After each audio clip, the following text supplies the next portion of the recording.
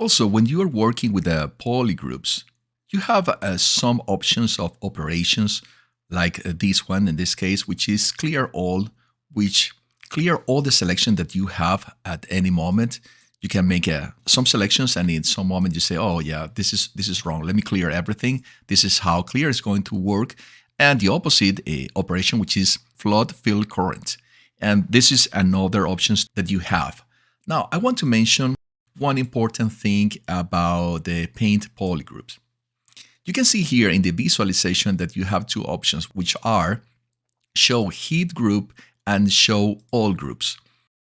The first time that you generate the polygroup automatically, let's say that we do this and we generate, and then we go to the paint polygroups, you can see that it generates 6 sides corresponding to all the sides of this cube in this case. And at this moment, we have, these are the basic sides that are selected by default, that are created by default. That's why in this section you see set group number 7. Because if you're going to select something else besides everything that has been defined by default, the next element is going to be the group number 7. So let's say I select these two elements, and let's say I select one of this. As you can see immediately, this is assigned with the set group number 7.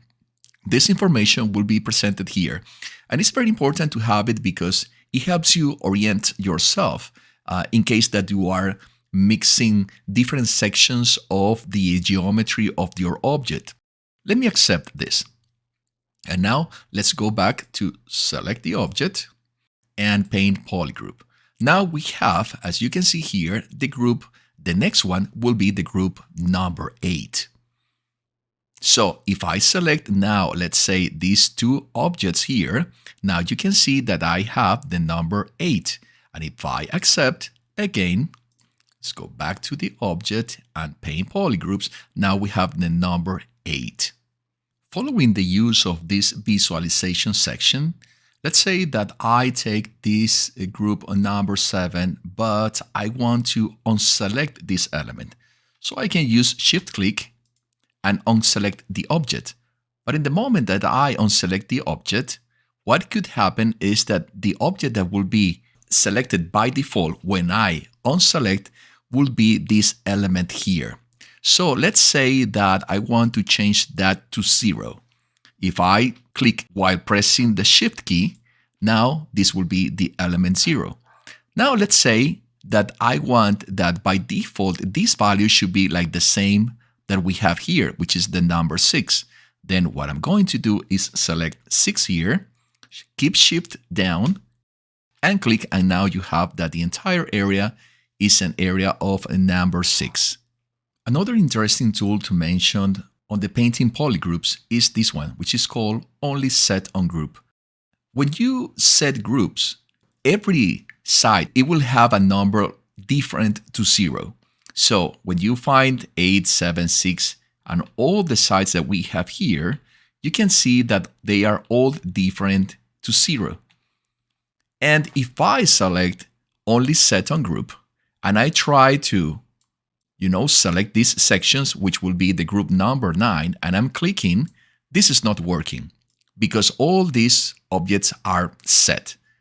Now, if I want to unset them, the thing I have to do is to shift, click a selection, and then move my mouse. And now you can see that this section, this particular section, and let's say that I'm going to use this one as well, these sections are not set to any group. So if I now click over this section without using the shift, as you can see, I am creating a new group, which will be this assigned group number 9. And now I can accept. And if you go back to the object and to the paint polygroups, you can see that we have a new group, which is the group number 9. You will find other tools in this section of the paint polygroups that you can use, but I have to tell you that based on my experience, these are the ones that I use the most. In any case, I also invite you to try and test all the things like For example, the filters for selecting objects, for selecting sites that are in one specific angle threshold. I have to say that in my case, didn't work the way I was expecting, but you can find that for yourself is something that it will help you do your work. In resume, in this section, we covered these two particular tools, which are the generate polygroups and the paint polygroups that we are using later on for edit materials and for working with our object in different ways so we can assign different textures to different sides of the meshes that we are creating. Get ready for what's coming next.